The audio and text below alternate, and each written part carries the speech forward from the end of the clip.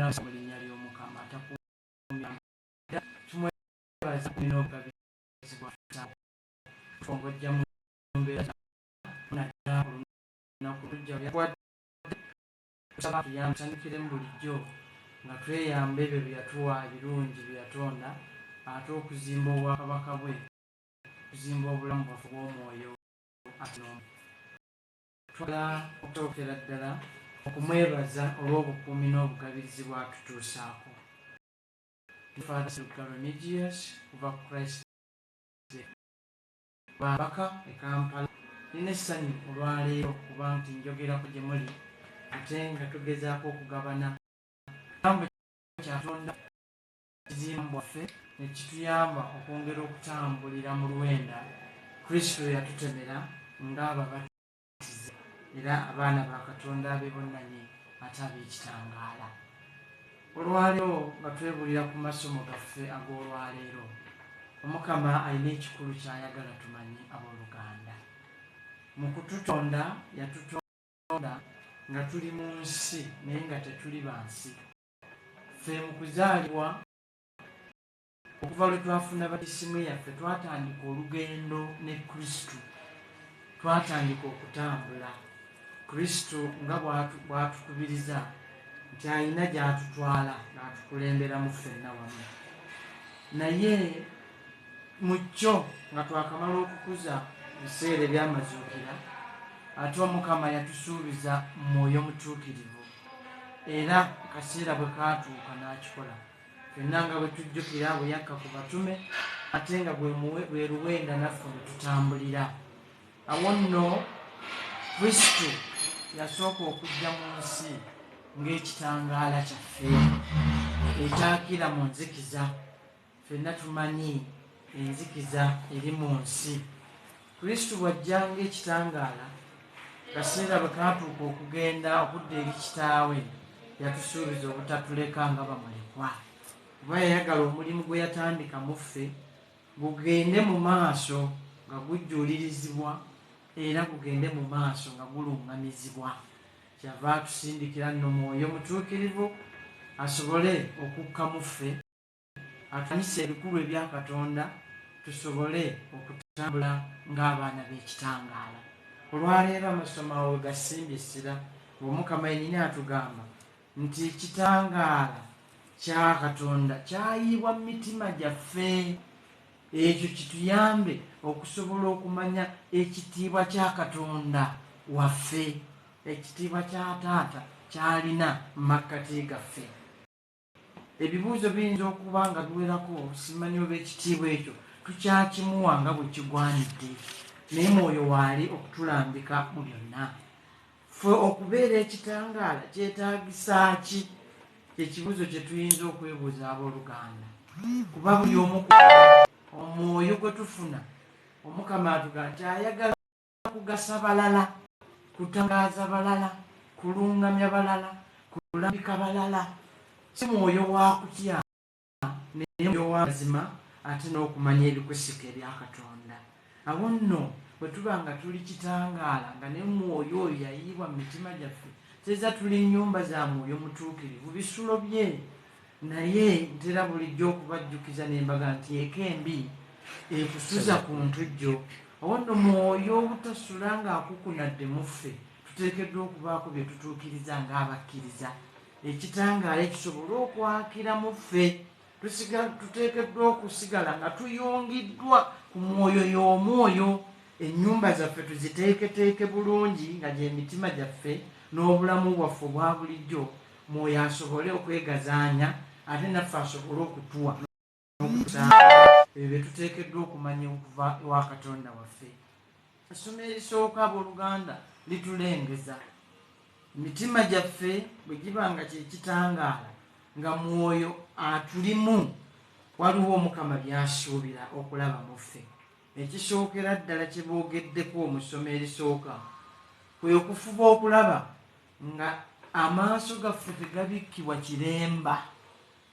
Amaaso gaffe okubikkibwa ekiremba kitegeeza tuba tusigadde mu nzikiza nga ne Mwoyo tatuliimu, ng'abaamugabanaku mu batisi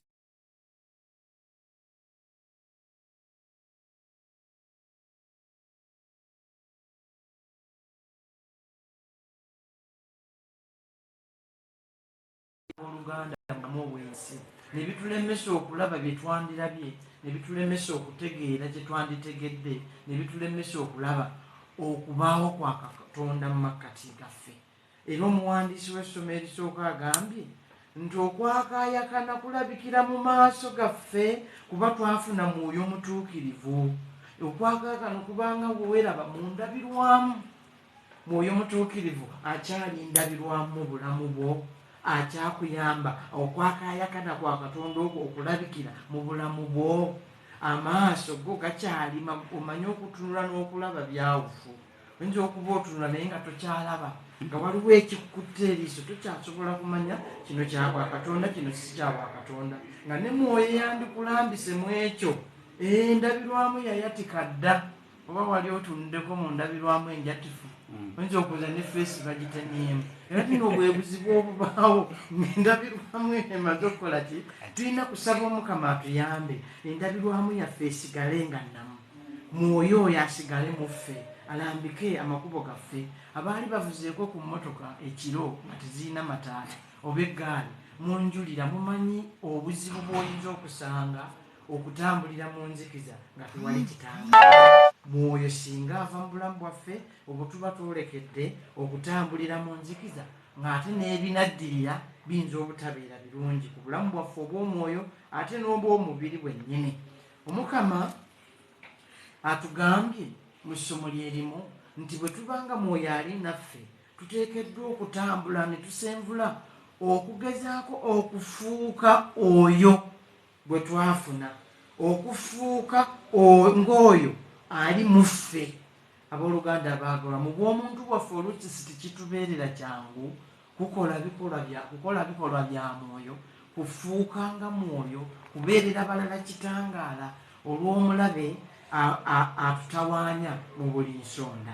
Naye omulimu guno omuwandiisi atugambye gwatukwasibwa si lwakuba nti tusaanidde, era bye tukola byonna ffenna tukimanyi bulungi, emirimu gye twenyigiramu gyabwa Katonda yagitukwasa tusobole okubeerera abala ekitangaala nga tusinziira mu mirimu egyo gye tukola. Emirimu egyo gye yatuwa si lwakuba nti tugwanidde oba tuli ba kitalo nnyo, naye olw'okwagala kwagambye olw'ekisa kya Katonda kati gwe okola mulimu ki gwe yakutuma. Oli musawo, oli musomesa, abaana obakwata otya? Omusawo abamu amannya gakyuka nadda, bakuyita ziri ku mmeeza, naye ng'omulwadde tosobola kumukwatako nga tannateeka wano kyoyagala. Naye Omukama ye kiyandisuubidde gwe kwe kusooka okutaasa obulamu.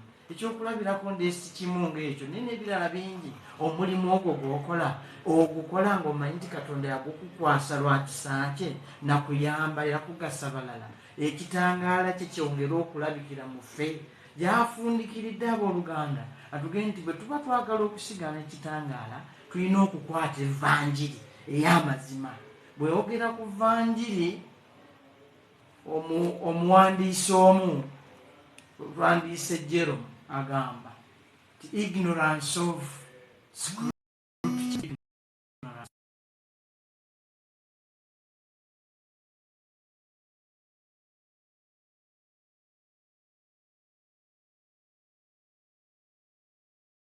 amazima eyatuyigirizibwa yandibadde etuyamba okukula mu bulamu buno obw'omwoyo, obulamu bwa Katonda ne busobola okusigala mu ffe.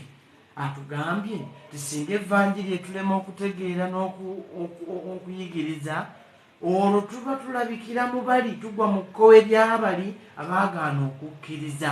Ate ng'atugambye nti abagaana okukkiriza, okumanya Katonda n'ekitiibwa kye tekusobola kubabeeramu. Ekitiibwa kya Katonda kyeyolekera mu bye tukola, kyeyolekera mu bye tulowooza, kyeyolekera mu ngeri gye tweyisa nga tuli ne bantu bannaffe. Ne bwe tuba tuzze mu masinzizo ag'enjawulo, tumanya tetuzze mu maaso ga Katonda. Ekitiibwa ekyo kye tuteekeddwa okumuwa, tukimuwa mu birowoozo byaffe, mu bikolwa byaffe, mu ntabagana ne bannaffe.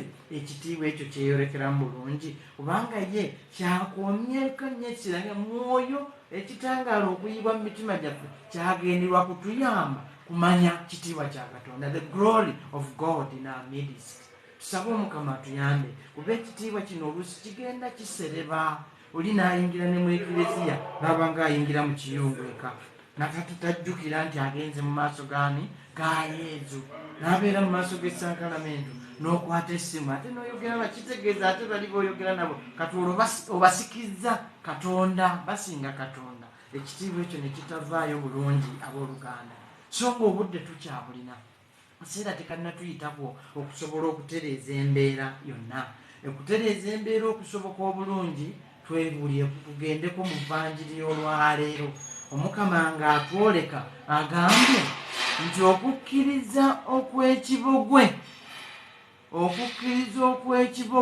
kuyinza obutatuyamba kulokola myoyo gyaffe na kumanya nti ekitangaala kya Katonda kiri mu ffe.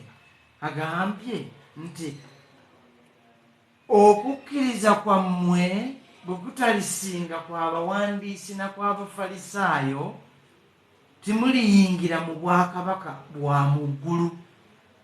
Omukama kyasinga obutaagala mu bulamu bwaffe ng'abakkiriza kwe kubanga onnyogoga tonnyogoga, obuguma tobuguma, oyokya toyokya. Okukkiriza okw'ekibugwe kuyamba n'omulabe okumanya nti tulinamu obubwe obusigalira obwa omulabe kwasobola okutandikira. Awo Mukama kyava atugamba nti okukkiriza kwakuteekeddwa okusinga okw'abawandiisi affe. Tumanyi bulungi abawandiisi n'Abafalisaayo bwe bamuwakanyanga mu budde bwe ne babuuza ebibuuzo ebiwerako era nga nakati ebibuuzo ebyo oluusi bwe tubibuuza Katonda bw'abanga yali anjagala nnyo lwaki teyampa guli omulimu ogusinga obulungi naye ng'ate ne gwe yakuwa tonnagukola bulungi. Yagamba kozesa akatono ako ate ogende nga weezimba nga bwakuwanirira otuuke ku kirungi ky'oyagala. Ebibuuzo tuyinza kuba bingi, abawandiisi babuuza nteeka ki ekkulu bingi naffe bye tuyinza okuba nga twebuuza kati mu bulamu, naye ekyamazima tukimanyi bulungi nti ekyokuddamu Omukama yakirina. Ebiragiro byatuwa 10 yabifunza leero atunokoleddeyo ku kiragiro ekisinga obukulu ekyogeddeko nti babagamba nti tottanga era botta omusango nga gukusinze.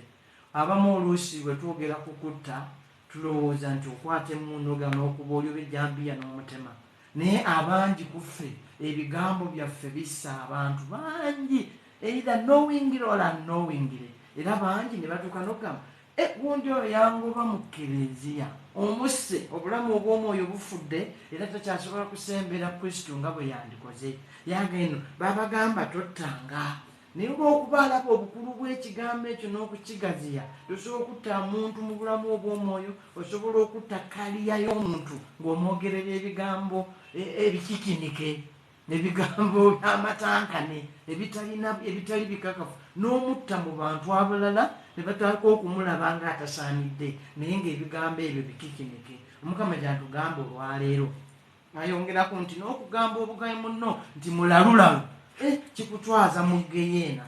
Simply telling a colleague that you fool may lead you to hellfire. Tulina okwesabira abooluganda. Oluusi tuyinza okulaba n'obuntu kati nno byakusaaga. Oluusi twabijjamu n'enjogira ate ezituwa essanyu ne tulowooza nti gwe mulamwa kwe tuteekeddwa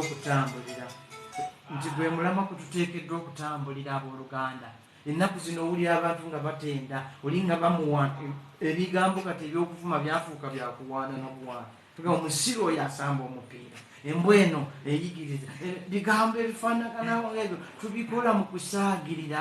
Naye Omukama agambye nti n'okugamba bugayi munno nti mulalulalu kikutwaza mu muliro.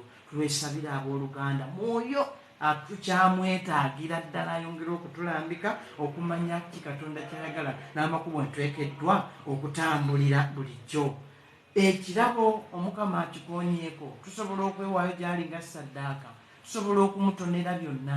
Naye bwe tunaamutonera byonna, ne bwe tunaamutonera ebifaanana bitya ng'entabagana yaffe nga ffekka naffekka sinnuŋŋamu, ebirabe byo biyinza obutasanyusa Katonda. Evanjiri akikoonyeeko nga bw'ojjukira nti olina omusango ne munno, genda musooke mutabagane naye ate okomewo oweeyo ekirabo kyo mu bwangu olwo Mukama lw'anaakisiima. Bangi akufe tutoola ne tuwaayo ng'Omukama tanzisaasidde, Omukama takkiriza oba teyasiima byenkola, naye enkolagana ne banno eryetya, entabagana ne bantu banno eryetya. Kuba eyo yeesikiriza Omukama okusobola okwanukula essaala n'okusiima kyolezo okusinziira ku Vvanjiri olwaleero. Mukama ng'atujjukiza bw'agamba nti bw'otolaba bw'otomanyi oyo gw'obeera naye, bw'otomwagale bw'otomutegeere, nze gw'otolabangako olintegeera otya.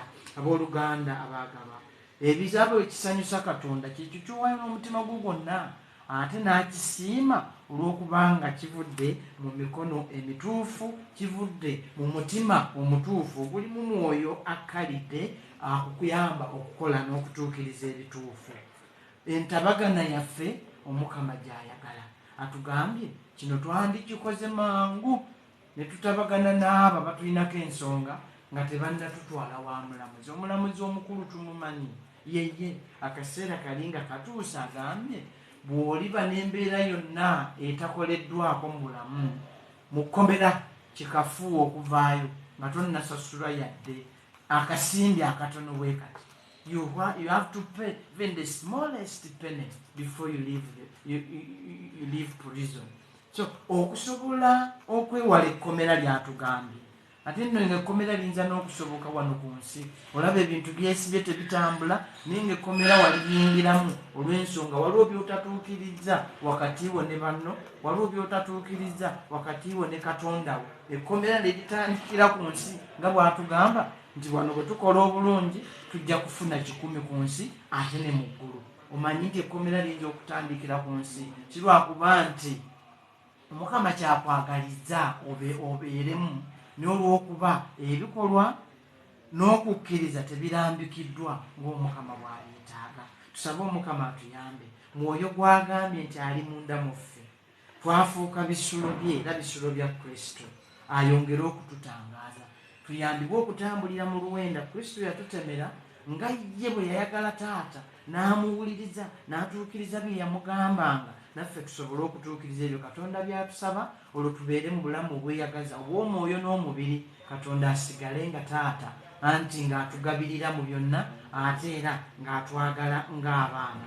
Tujjukire nti buli lwe tubaako kye tukoze ekitali kya Bwakatonda tunyiiza mwoyo. Omukama akonye ku Sitaani n'aga nti Sitaani atuziba amaaso n'atulemesa okumanya evvanjiri ya Kristo.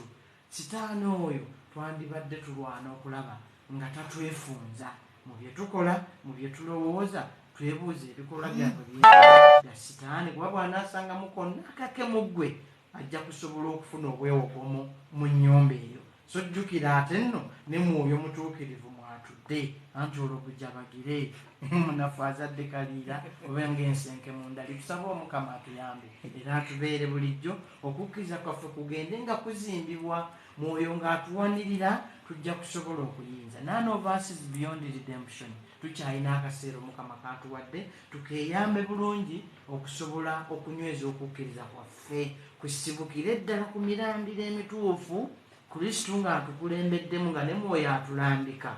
Tujja kusobola okukola bulijjo Katonda ky'ayagala, tujja kusobola okuba abasanyufu. Tweyagalire mu ebyo Omukama bye yatukwasa okutuukiriza, ate tuyagalire ne mu kubeerawo okwe bulijjo mu makkati gaffe. Baagaliza olunaku olujjudde emikisa gy'Omukama, obulamu obulungi bulijjo nga buwaniriddwa amaanyi ga mwoyo mutuukirivu, amagezi ge, okwagala kwe n'ekisa. Bulijjo ekisa ky'Omukama kye yatugirira okutugabanyiriza ku bukozi n'emirimu emyawufu gye tukola kitugendereko era kibagendereko okusobola okutuukirizanga ebya Katonda nga twesamba eby'omulabe, kubanga biyinza okututwala mu kuzikiriza. Omukama abakuume. Paatiri Mwana ne mwoyo mutuukirivu bakkeko asigale nammwe leero ate n'ennaku zonna. Amiina. Paka tweyanze ekigambo ky'otubadde olwaleero. Nina obubaka okuva ewa Goreti akwebaziza okuba nti tuwadde ekigambo ky'okumakya olwaleero. Naye abalala bangi ku lisiti kuno nyinza obutabamalayo, naye kangezeeko nkuyitiremu ku abo ababaddeko, abamu ku baliko bensobola okulaba. Ekirala Father nga tugenda mu mbeera eno eriwo eya bulijjo. ebintu bwetubiraba mu kereziya tutuuka ebweru nga birala. Batugambye tweyise bulungi naye otuuka wabweru n'ekintu olaba banno bakikola bulala. Embeera eyo faada omuntu alibadde aginyonnyola ati. Era bulijjo nga sijja kwawukana nnyo n'amasomo gaffe kye gatugambye ag'olwaleero. Ekyamazima Katonda atugamba nti leero y'omu n'enkya ne luli. He's God forever and ever. Ntera okubajjukiza ne mbaga nti Katonda Katonda kubanga Katonda, Katonda si Katonda kubanga tumumanyi. Ekikulu Omukama kyatugamba bulijjo kyatuzaga nti bw'oyagala empeera okuva mu bantu empeera yo gifunye, naye bw'onoojagala okuva gy'ali oteekeddwa okugumira okusoomooza okukujjira mu bulamu. Ekyo nno ky'okuwonako kwe kusoomooza okuliwo oluusi gutubeerera omusaalaba. Faazi obeera ozze mu mmisa ekyowandiiko kitulambise nti olina okukola ebintu nga biteekeddwa okuba, naye otuuse mu ofiisi yo gy'okolera boosi wo ayagala ofuule 6-9 n'ogamba ngenda kukinnyonnyola ntya. Eddiini yo nga ggwe gy'oba ensingiddeko tekukkiriza, naye ate olina omulimu, olina boosi wo gw'olina okuwuliriramu agambye kola kino, ate tolekewo omulimu kuba olina obuvunaanyizibwa. Omulimu Katonda eyakuwa omulimu ogwo amanyi obuvunaanyizibwa bwe weetisse, kyekisinga obukulu. Osobola okuwuliriza boosi era Katonda omulimu n'agukuggyako kuba ayina obusobozi n'obuyinza. Ekikulu kyakusalawo okulonda, ekitali kyangu nnyo nga bw'ogambye mu nsangi zino, okusalawo. Era Katonda kati gwe musaalaba gwatuwanira okwetikka nti salawo, londa kati. Akugamba nti ntaddewo amazzi n'omuliro, omukisa n'ekikolimo, obulamu n'okufa. Kati bwe tuli awo okulondawo, okusalawo obulungi kiki ky'otwala mu maaso. Jjukira bulungi nnyo Mukama ennyaga nti amazima gali kufuula abaki. So nno Mukama wo ne bw'omuwuliriza n'okola ky'ayagala, ate ggwe eddembe likubula. Ne bwe baba tebategedde nti kyotambuliddemu si ge mazima, olw'omuntu oyo gwe batugenda mu masomo ga leero eyakuteekebwamu akujjukiza ti mwana twesa nti nje lusinzirugavu. Kati nekisigala kikulumiririza era weekanga obulamu bwe yadde ssente ozirina era ozifunye nga tobweyagaliddeemu olw'ensonga nti omusingi kwe walina okutambulira waguvaako n'otwala eby'abantu bye bagamba ebya Katonda n'obyesambajja. Awo nno Omukama olina kumusaba nneene. Era waliwo essaala gye ntera nze okusoma buli ku makya. Omukama gy'ogenda akusisinkanye n'abantu ab'omutima omulungi, Omukama asobole okukuyamba okusobola okukola ebintu nga bw'abyagala so nga si bwe abalala bwe babyagala. Bwe biba bikwatagana n'enteekateeka ya Katonda ng'ate nabo bye baagala, ebyo genda mu maaso bikole. Naye Omukama ayinza okuleetera nga kati wadde luwenda nga Pawulo bw'atugee mu ssomo erisooka nti Omukama yatukwasa omulimu guno si lwakuba twali tugusandidde lwa kisa kye. Ayinza okuba akuleetedde embeera eno ng'ayagala oyigiriza evvanjiri entuufu mu kaseera ako. Olaba sitaani bwakuwunjula n'odda ku ludda luli, awo n'otandika okutambulira n'abali mu nzikiza wamu. Era tugambye mu ssomo erisooka nti abo abatambulira mu nzikiza baakuzikirira era evvanjiri tebafuukira kitangaala. Kiri gy'oli kati kutuula wansi osalewo ofiirwa mulimu oba ogenda ne Kristo. Ate Omukama yennyini yakugabanyiza ku mulimu gw'obukozi gw'ogenda naye oba oli ogenda n'ono gwe wasisinkana ofiisi kuba Mukama ye mukozi omukulu. Father, waliwo okuba okiteekamu embeera y'ekereziya okutanga kumanya bwe twefumiitiriza ku byawandiikibwa ne twefumiitiriza ku mbeera ya Kristo n'abantu be yadduukiriranga, Omukama agamba nabageza ndabe oba bansaanidde. Kijja ebigezo bino bigenda kuggwawo ku mulembe gwaffe. Lini ate awo ebiwandiiko bijja kuba tebikyakola makulu. Omukama nabageza nabo babansaanidde. Abaana bakubanja fiigi, ennyumba landiroodi abanja, ate weetaaga okukuuma omulimu n'ekyokulya okukifuna. Naye jjukira nti abantu bonna Yesu bwe yagabiranga n'agabira abantu 5,000 era enjala ye yali ekola ki? Ebaluma. Yamalanga kizibu omuntu okutaasa nga tobadde mu kizibu, omala kuba mu kizibu n'akutaasa. Naye tuteekeddwa nga bwe nabagambye okulondawo nti abaana obalina ekisinga kikulu kinandisabye omuntu erange obuzibu bujja ne butusawo nga n'Omukama bamuvaako dda. Ekirala bwe tugenda okusaba okwegayirira twesabira ffekka ne tulemera okusabira abaana baffe ne tulemera okusabira abatugezesa. Omukama abalekemu omulimu ogw'eddiini bamanye ekituufu n'okugoberera ne twevaako ogenda okuva mu kyaki n'osanga oli atalina mutima gwa ddiini gwakukkiriza olw'okuba tomusabidde kukyuka obulumi obusigala naawe obugaba ng'omukkiriza. Awo nno tuteekeddwa kukyusa mbeera okwegayirira buli bwe batemba motoka yaliwo omanya nti abyekolera oluusi kati ku moto yali aze lwaki bwe baba baleeta ebimuli bya nsente abeerawo baleeta motoka entimba abeerawo ekintu oba olina okukiraba bulabi. Era ebikyamu ebibiri tebiyinza kuvaamu kirungi. Ekikyamu Yesu kyatugamba nti amazima gabafuula abaki eddembe era litubuze munjulira tetulirina kubanga n'amazima gakoze eki tegaliiwo. Kati yembeera eyo mwe tutambulira abaffe twebuuze tusigale nga tutambulira mu mbeera ezali ya mirembe oba tudde ku kituufu tusobole okufuna emirembe mu bulamu obw'omwoyo n'omubiri.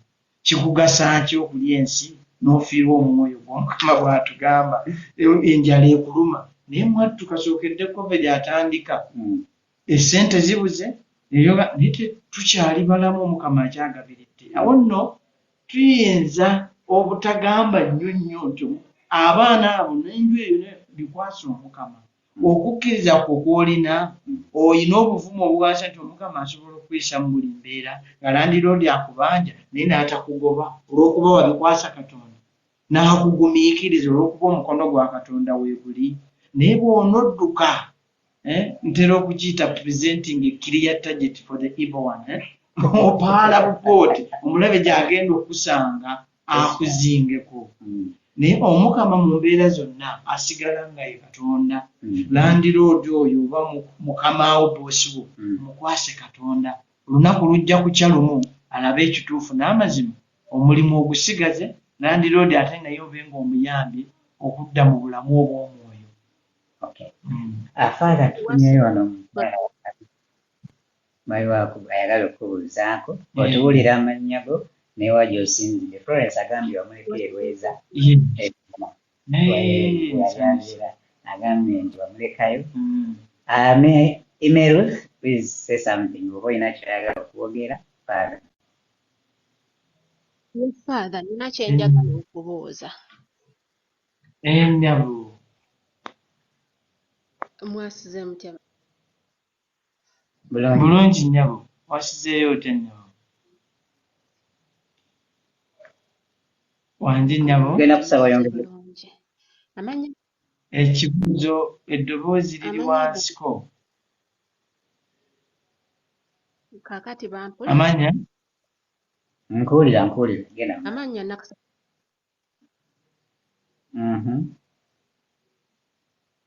Faza ekibuuzo kyange kiri wano. Nnyabo. Naliko omufumbo naye ng'obufumbo si butukuvu. Nnyabo. Nenvaayo nenzira mu byange kati emyaka giringa 10. Nnyabo. Naye nga ku kereziya nsoma. Kereziya yange parishi yange ndeeba. Nnyabo. Nsala ya kaakati emyaka 2 ndisawo.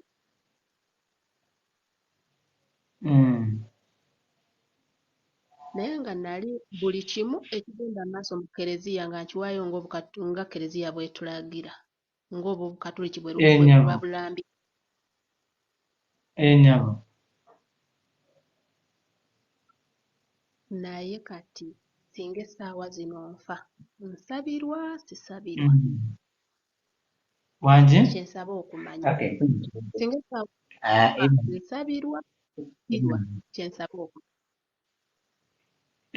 nyabo abuuzizza ekibuuzo ky'ekifumu yali mukristu mu parish y'Endeeba agamba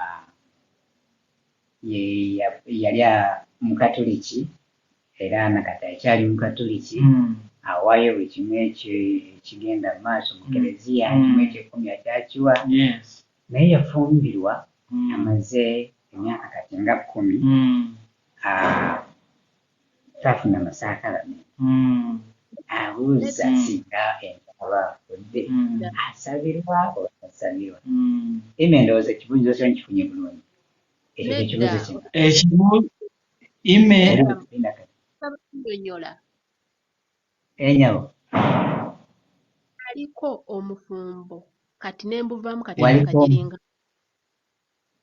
okay yavaayo tebwali okay obufumbo wabuvaamu oli wekka ndizekka kati Okay. maze emyaka 2 nga siri ku kereziya yange parishi y'omu Ndeeba Lubaga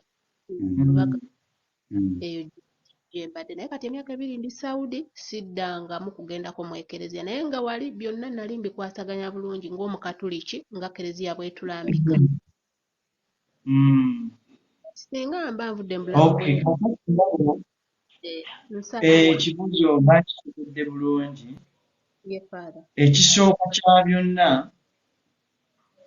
waliyo emyaka 10 n'omwami naye ng'obufumbo mpeta.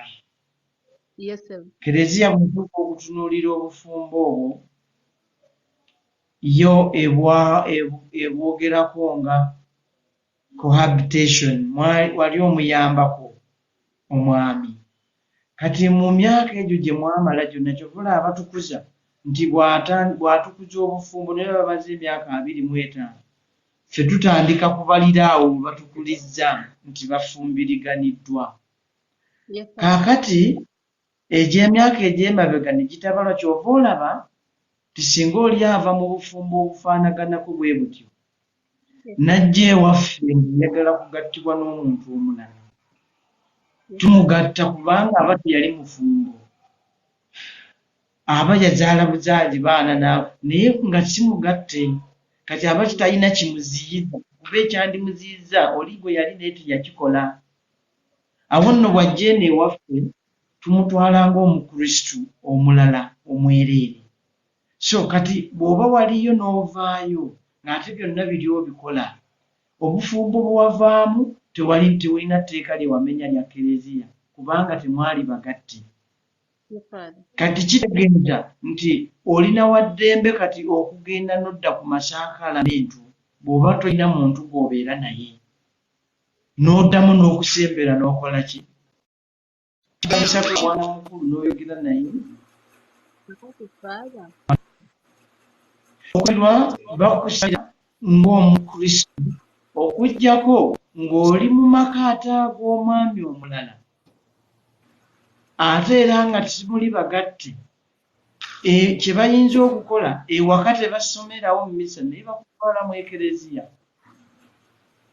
ye Father Nyabo wange ntegeerekese bulungi kati singa mba nti ntegeerekese bulungi kati singa mba nfudde bw'ofa nga tuba nga tolina masaakalamentu g'ofuna bakusabira ng'omukristu bw'oba obadde oli wa mwami omulala oluvannyuma lw'okuva eri olw'okubeera muba temuli bampeta ewaka we baleetera ekitambiro kya mmisa naye nga mu ekereziya bakusabira okuggyako nga bwe wava eri ova n'eno nga wakola ebyono gwe tubadde tuwulira ennaku zino ne bagamba nti bwe yava eri ate ayina ewalala we yakwata wabadde agenda naye bwe kitaba ekyo bakusabira nnyo.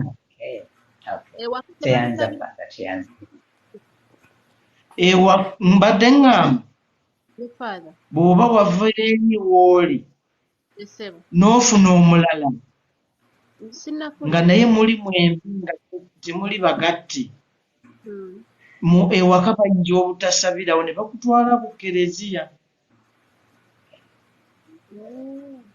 kubanga bw'oba wava eri n'osigala wekka n'otaddamu kufuna mula ewaka bajja kusabe naye bw'oba wava eri n'ofuna omulala ng'era temuli bagatti ng'ate kimanyiddwa then bayinza okukutwala mu kereziya. Okay, teyanza. Imeka nsubire ekibuuzo kyo tukizeemu bulungi naye nga bakusabira tewandirwanyeeko oba olina omulala mugattibwe naye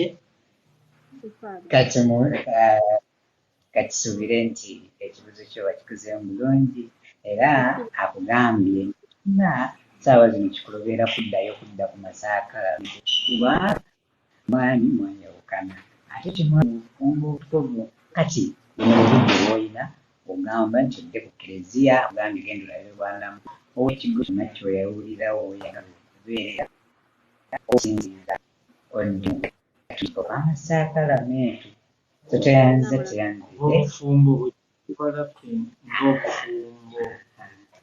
ekyo abadde bayibanzibwa neyo tagguka Father teyanze okujjako ng'olina obubaka obulala bw'otuwa otherwise tunaatera okutuuka ku nkomekerero simanyi oba ali omulala alina kyagamba wano naye nze kambabuuzeeko mukama mulungi obudde bwonna nze amanya gange nze Kansiime Goret ndi wano Abu Dhabi nviire mu Fort Portal Diocese Katosa Parish naye njagala kwebaza Father ku lw'ekigambo kyatuwadde ndaba nina bingi by'okukyenjingamu omanyi bwe tufuna mikwano gyaffe ba youth nga mwefuna akugamba oli otya mbwa ggwe mwana gw'onyiridde mbwa ggwe biki ebyo ebintu bye tubadde tukozesa ng'omuntu mazima omuntu n'omuyitamu amannya amalala omuyita ebigambo ebitali bituufu kumbe muntu Katonda yamutonda mu kifaananyi kye kyakiraba muntu oyo ate mbanga avumye Katonda yennyini kati ndaba bingi by'okukyusamu Father weebale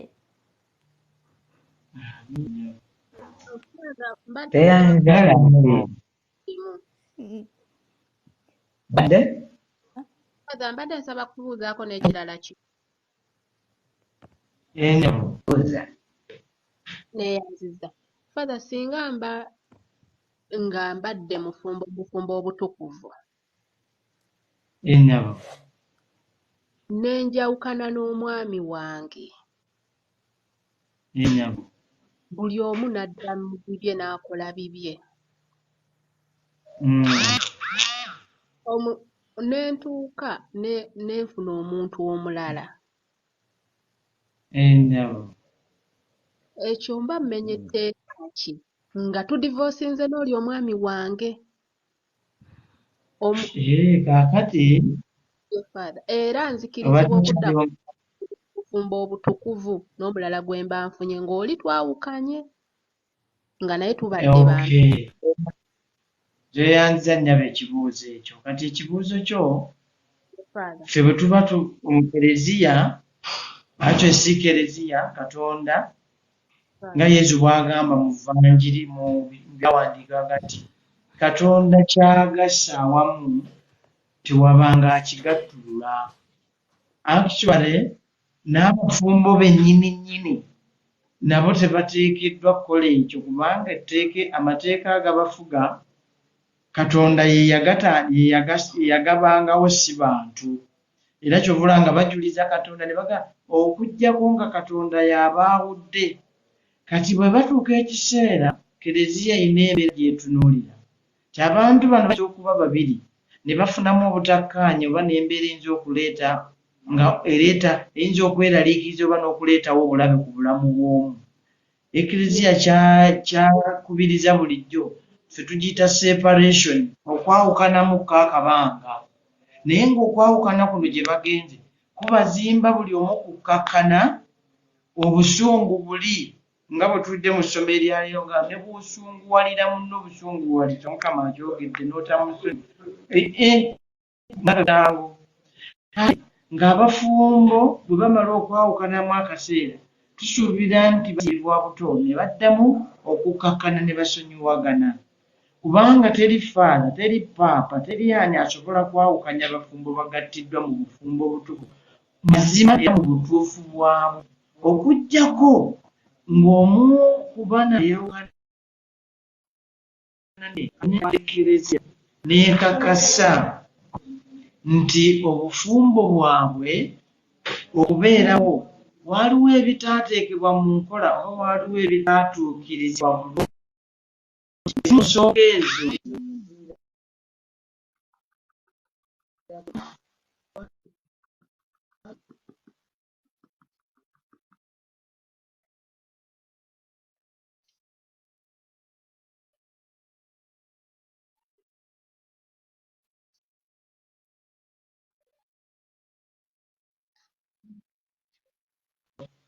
N'ayagala babiri naye mu kujja manya ni Nakato olw'okuba baagala babiri asooke okufumbirwa ne bamuwa babiri, agenda okukizuula olw'okuba bafaanagana nnyo nga yatwala babiri ng'ate yali azze kunona Nakato.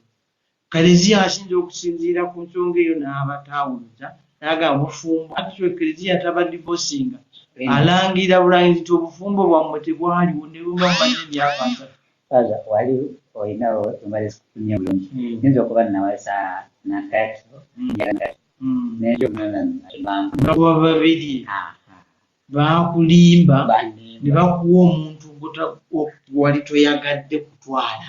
Okitegeeza okwagala Nakato mwalina bye mumaze okukkanyaako nga n'ebirowoozo byammwe birina we bikwagana. Kati bagenda okuwa babiri omutuuseeka omubuuze yotiyeeko nga tabimanyi tabiwuliranga nako naye omanyi watwala Nakato. Mu mbeera kyali kendeze omwalimba ngo tebubanga ono baddembe okugenda n'ono oli n'afuna justice. Naye bwe bubanga bwafunibwa ng'ensonga tugeze ziva ku bwavu, ku kuyomba, ku bulwadde nga sibeekuusa ku bidda ku mwoyo ebyo Yesu lwaki abalayira bagamba mu bulungi ne mu bubi, mu bwavu, mu bugagga, mu bulwamu, mu bulwadde. Kati ezo ensonga bwe zibanga ze zimu ku zaabaleetera okwawukana, Eklezia ezo ayinza obutazitunulako nnyo. Ensonga enkulu kwe kulimbibwa n'ogenda mu bufumbo ng'olya buli kintu ekirabika oga nti nze gwolaba kino nikyo ekirimu tunaakola bwe tujja ate okulimbibwa oluusi nako kisinziira yakulimba ki. Naye bwe bubanga mwayombamu buyombi obanga wali oyagala muwanvu naye kati ate olaba mumpi naye jjukira nti naye mu kugattibwa bwayiwaka n'oteekako nti nzikirize bino byonna nga ndaba bulungi ntegeera bulungi siwaliriziddwa.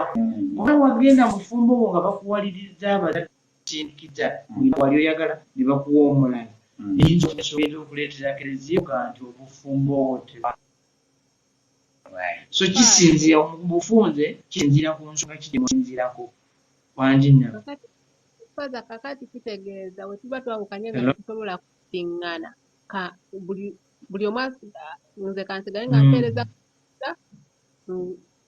obufumbo mbuleke kuba nnyinza okuba njawukana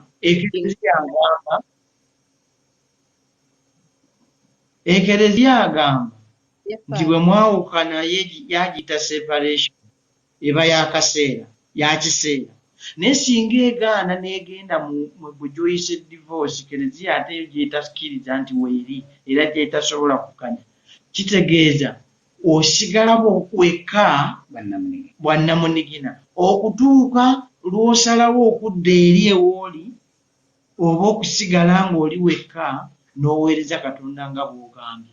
Naye ate jjukira ate eyo nalyo liba tteeka ly'omenye, kubanga bw'oba oddamu wano ebiragaano oba tolayira na muno gw'ofumbirigadda naye oba okola endagaano ne Katonda ng'omugambye mu bulungi mu bubi mu bulamu bugagga mu bwavu mu bukadde. Abafumbo faaza beeremeddeko ne bagatta ne batera ng'omu atema lwaki muba temukkiriza Kugambye nti kereziyawo enedde of death eyinza okwadvisinga separation nayaga mwawukane for some time etalinga etegereddwa oba myaka 3 oba 2 oba ki, naye mu kwawukana kuno omu muteekeddwa okwekuuma olwekiri kye mwakola endagaano nti tofuna muntu mulala era kereziya tayinza kukugatta ng'oli mulamu. Ekigasa abantu nti ng'oli afudde olwo ekibadde kikuziza kiba tekikyaliwo. Ensonga lwaki ate kereziya eyingira ne mu kufa n'egamba oli afudde oyagala kuwasa naye afudde ki? Kuba ate waliwo abamu abaami be tuwuliddeko ng'asobola okunyiga omukyala asobole okufuna omulala. Afudde ki? Wanje ebibuuzo byange tujja bifuna olunaku olulala. Kyeyanze kirina eddakiika entono nnyo ziringa 5 okuggyako ng'oli ayagala kutumira Faaba.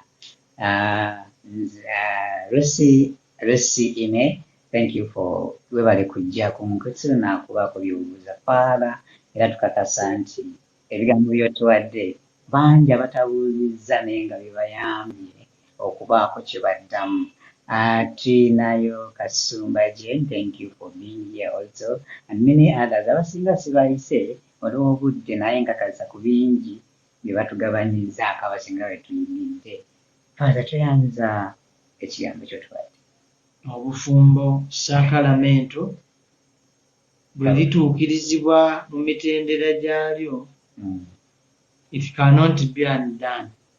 Ekyo lwaki tuteekateeka abantu bakole okusalawo okukakafu okwenkomeredde bubanga busosoloti bwoga nti kati biba bibi obuvaamu naye ng'endagaano ne Katonda asigala akutunuulidde. Kasumba Jane, obadde olina ky'ogamba? Faaza nange nnyina kye njagala okumanya. Yongera ku ddoboozi mukwano.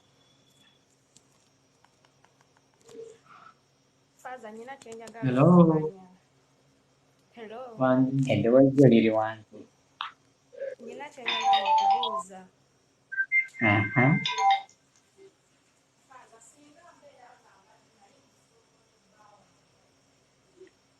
Jane, eddoboozi osobola kuliwulira, tetusobola kufuna bulungi, liri wansi. Oba osobola okutayipinga nitumanya ekibuuzo. Okay. We can't hear you well. Tetusobola kufuna. Kambagaiza olunaku olulungi, tugenda kusaba Faaba atuwe obubaka obukomekereza olunaku olwaleero, tulabe naddi lwe tuliddamu Mukama waali bw'atuwadde obulamu obulungi. Kajumba Marine, praise God, Father. Kajumba is sending you greetings also. Okay. And greetings too, Kajumba. There are many people online. We thank God that you come. Tweyanze ekirabo ky'obulamu ky'atuwadde Omukama, tweyanze ekigambo ky'otuwadde Faaba, tusaba tuwe obubaka obusembayo nga tumaliriza. Obubaka bwange obusembayo kusooka kwa byonna mbeebaza olw'okwekuumira mu kukkiriza ne mu Katonda atugamba okumunoonya ng'akyasangika. Tusobole okumuggukako tumanye era atuyigirize obukubo bwe. Mu mbeera eno ey'okumunoonya waliwo akatabo ke nandyagadde musome mumanye lwaki twetaaga okunoonya Katonda. Aka Fulton Jeshin ke bayita Divine Romance. tumanye lwaki tuya Katonda ayaayaana okutuzza gy'ali naye naffe twandiyaayaanya okumunoonya. Bulijjo bwe tukuuma okukkiriza kwaffe kitegeeza ng'Omukama bw'avuga nti amazima gatusigalamu ate ne tuba ba Katonda. Naye mu byonna tukkirize Mwoyo w'Omukama atufuuyirire yali atukozese nga Omukama bwe yateekateeka. Kuba bye tunaakola ku bwamu gaffe bijobutamu bibala nga tulambise. Olwo wenda tujja kuba tuluvuddemu nga kola ffe ng'abantu. Si kyangu kutuukiriza naye kisoboka kuba waliwo abaali bakikoze ne bakituukiriza. Tulina abatuukirivu bangi ab'amannya gaffe abajulizi ba Uganda ali awo ennungi ennyo naye baasigaza ekitiibwa ky'obulamu bw'omwoyo ne bamanya n'ekitiibwa kya Katonda we kiteekeddwa okubeera. Twongere okuwa Katonda ettendo n'ekitiibwa, tumwebaze olw'okutugabanyiza ku bukozi bulijjo anti yakikola lwa kisa kye na kutwagala. Ebyo by'aba asobodde okutuwa tubimwebaze, by'atannalina kumunakuwalira kubanga tetumanyi kaseera naddiirwa anaabitutuusaako. Father ntono atuwa mukisa. Ekibuuzo kya Kasumba Jeni kimaze ne kijja. Agamba Faala, banga ki omuntu lyayinza okumala okuddamu okufuna amasaakalamento singa aba ayawukanye n'omwami gwe baali bataabagatta mu bufumbo obutukuvu? Nga nabadde namugambyeko omulala. Okay, Jane. Yes, Nsanyusa okuwuliza n'ekibuuzo kyekyo weebale. Badde batubuuza ku kibuuzo ekifaanana ng'ekyo naye kikyo kikyuseemu katono nti ebbanga omuntu walinza okuddira ku masankalaame adde ayawukanye n'omwami bataagattibwa naye empeta. Nabadde nnyinnyonnyodde mu kisooka nti ekisooka Kereziya buli tebubalanga ki nti bwali bufumbo, mwali mutandika prosesi n'etagguka nga Kereziya yali ebasuubira okujja eno Omukama yennyini asibe era anyweza ekifundika ky'omukwano ogwo ate ekitaatuukirira. Awo nno wali oba omuyambako mu kuteekateeka oba okutandika obulamu naye ne kitakola. Kati obudde Omukama bwe bagamba wonna we tukomerawo gy'ali mwetegefu okutwaniriza. Kati bw'ojja weekereziya nga tubadde n'omwami nga kisazeewo naye nvuddeyo njagala kudda ku masaakalamentu. Ne bw'ovaayo leero enkya n'ojja tutandika kuteekateeka kiki kye tukola. Tumanyi bulungi nnyo ebibeerawo mu bantu mu kwagalana ne mu mukwano. Nga Kereziya tuba tuteekeddwa okukumaakuma omuntu otumanye ddala kino kyasazeewo akisazeewo mu mazima nakumala kwetegereza mbeera oba busungu oba buli kyokola mu busungu ebiseera ebisinga kibaako okwejjusa okw'amaanyi. So obusungu, whenever we are driven by anger and whenever we have anger, it's only fury that is yielded. Kati obusungu buli kyokola mu busungu bitera okubaako okwejjusa kungi. Kati oluvannyuma lw'okwekkana ne tukakasa nti ddala kisazeewo mu buntu nga kyekyo kyokakasizza ne twejjukanya ku katisimu katono ne tukuwa penetensiya n'oddamu n'otandika okufuna amasaakalamento amalala. Tekiriiko kiseera naye ekiseera kiyinza kujjawo lwa mbeera eyo ey'okuddamu okuteekateeka omuntu ono olwa heart break eri gy'afunye asobole okutandika obulamu obupya. Namutebi akwebazizza. Namutebi Rita agambye teyanziza nnyo Faala. N'abalala bangi beebazizza bano baka bungi sobola bumalayo. Waliyo Patrita gambye good morning Faala and Ssenkasi. By the way, bw'oba wasubiddwa we twatandikidde twatandise essaawa emu emabega ogenda kufuna obubaka buno ku YouTube, genda bussaako owulire gye twatandikidde ne gye tumaliririzza. Thank you Maureen Kajumba and thank you for everyone that has been online. Mwenna babaddeko tusaba Mukama Father ngenda tuwa omukisa nalumu naye oba wasubiddwa we twatandikidde ne gye twavudde. Twatandikidde ku masomo g'olwaleero ne twebuulirira ne batuyitiramu amasomo g'olwaleero evanjiri byonna oba wabisubiddwa ogendagenda ku YouTube okebere ku mukutu gwange ogwa Ssenkasi Paul Omuweereza ojja kuba obufuna obubaka bwonna nga bwe yabwadde Faala. Reverend Father Sserugga Remigious okuva Christ the King wasinziira tumulumbye mu ofiisi olwaleero.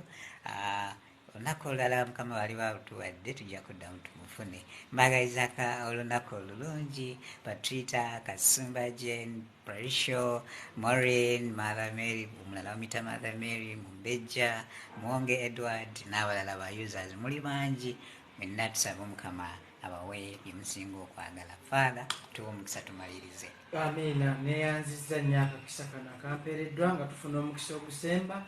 Nsaba mwenna abawuliriza tukole ku obwo bwe tuyita nti butono ng'ate mu maaso ga Katonda buyinza okuba obunene ate ne butufiiriza empeera ey'eggulu nga bw'atugenda nti okuyita munno nti you fool kikutwala mu muliro ogutazikira. Waliwo obutonotono bwe tukola ne tulowooza butono Mukama abutegeera naye mu maaso ge nga bunene.